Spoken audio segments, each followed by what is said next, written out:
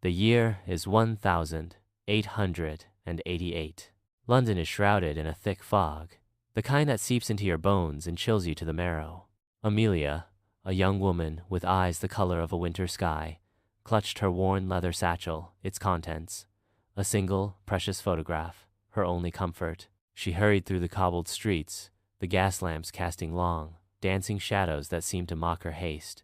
She was meeting Elias, a journalist known for his sharp wit and even sharper pen, in the shadowed alleyway behind the Queen Victoria Theatre. Elias, a man weathered by years of uncovering the city's underbelly, waited impatiently, his collar pulled high against the biting wind.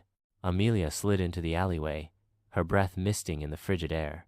"The letter," she whispered, her voice barely audible above the city's low hum.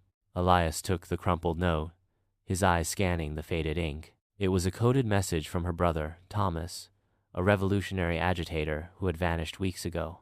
The message spoke of a secret meeting, a plot to overthrow the corrupt government officials who were lining their pockets while the poor starved. The meeting was to be held at midnight in the abandoned docks. Elias, despite his initial reservations about the dangerous undertaking, agreed to help Amelia. He knew Thomas, a man of unwavering conviction and fierce loyalty. The docks at midnight were a scene of stark contrasts. The imposing silhouettes of cargo ships against the inky blackness of the Thames, the flickering gas lights illuminating the grim faces of the conspirators. Amelia and Elias found Thomas, surrounded by a group of determined but weary revolutionaries. The air was thick with tension, the weight of their clandestine mission heavy on their shoulders. Thomas, his face gaunt and drawn, explained their plan to sabotage the government's shipment of vital supplies, a move that would cripple their authority. As they prepared to act, a contingent of police, alerted by an informant, descended upon them. A fierce struggle ensued, the revolutionaries fighting with the desperation of cornered animals.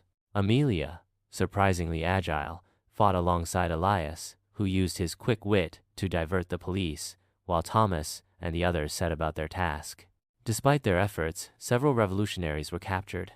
Amelia, Elias, and Thomas managed to escape, but not without significant losses. The city was changed forever. The government's authority was challenged. The people's voices were raised. The weight of their actions hung heavy in the air, but also a glimmer of hope. In the quiet aftermath, huddled together, Amelia, Elias, and Thomas knew their fight was far from over, but they had struck a blow for freedom, a spark in the darkness.